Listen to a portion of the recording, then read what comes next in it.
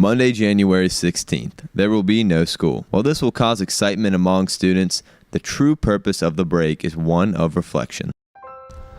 It is a day where one of the most famous peaceful protesters is remembered and how hard he worked to bring equal rights to all people. It is, of course, Martin Luther King Jr. Day. Martin Luther King Jr. was born in Atlanta, Georgia, an area where segregation was strictly enforced.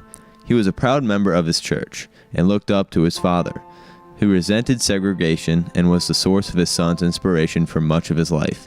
King was able to attend college, where he studied to become a minister. In 1955, King helped lead the Montgomery bus boycott, which followed the arrest of Rosa Parks, who refused to give up her seat on a bus to a white man.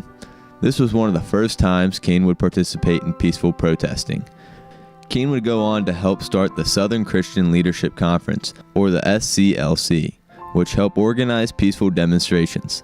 After this, King would visit several cities to peacefully demonstrate against segregation, including but not limited to Albany, Georgia, Birmingham, Alabama, St. Augustine, Florida, and many others.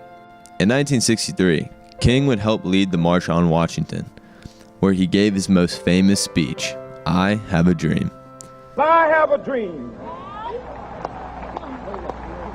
that my 4 little children will one day live in a nation where they will not be judged by the color of their skin, but by the content of their character. I have a dream today. He would continue to demonstrate against segregation in cities like Selma and Chicago until he was assassinated in Memphis, Tennessee on April 4th, 1968 by James Earl Ray. King was beloved by many for his will and passion for what he stood for. No matter how bad the situation was, he was always nonviolent and would preach to people to always be nonviolent. Even though he was arrested and thrown in jail many times, he still never physically fought back.